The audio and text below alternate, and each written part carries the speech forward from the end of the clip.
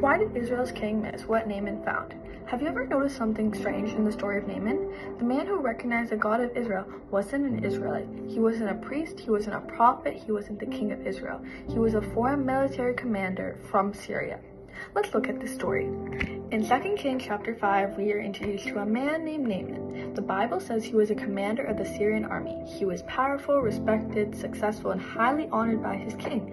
By the world standards, Naaman had everything. But there was one detail many people miss. 2 Kings chapter 5 says, "By him the Lord had given victory unto Syria." Think about that. Naaman did not know the God of Israel. Naaman was not seeking the God of Israel. Naaman was not praying to the God of Israel, yet God was already answering and lifting him above other people. The victories Naaman enjoyed were not ultimately because of his military skill. The Bible says the Lord had given those victories. Before Naaman ever looked for God, God was already looking at Naaman. Before Naaman knew God, God knew Naaman. Isn't that how God often works? We think we found God, but when we look back, we discover that God was pursuing us long before we ever pursued him. Before we prayed our first prayer, before we opened the Bible, before we stepped into a church, God was already at work in our story. But Naaman had a problem. He had leprosy. Behind all the success, influence, wealth, and victories was a need he could not solve. At the same time, Israel had a king named Jehoram. Now, think about the contrast. Naaman was a foreigner. Jehoram was a king of God's people. Naaman knew very little about God. Jehoram had access to God's prophet Elisha. Naaman had only heard about God through a servant girl. Jehoram had witnessed God's miracles. If anyone should have recognized God's power, it should have been Jehoram. One day, the king of Syria sent Naaman to Israel with a letter asking for healing. When Jehoram read the letter, he tore his clothes and cried out, "Am I God, to kill and make alive?" Immediately, he assumed it was a political trap. He saw a problem. He saw a threat. He saw a possible war, but he did not see God. Why did he immediately think about Elisha? Why did he seek the Lord? Why did he respond with faith?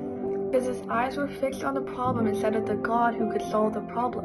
Now look at Naaman. A foreign commander was willing to listen to a servant girl. He was willing to travel across borders and seek help from the God of Israel. When Elisha told him to wash 7 times in the Jordan, he was offended at first, but eventually he humbled himself and obeyed. And when he came out of the water, not only was his skin healed, but his heart was changed. Listen to what he says.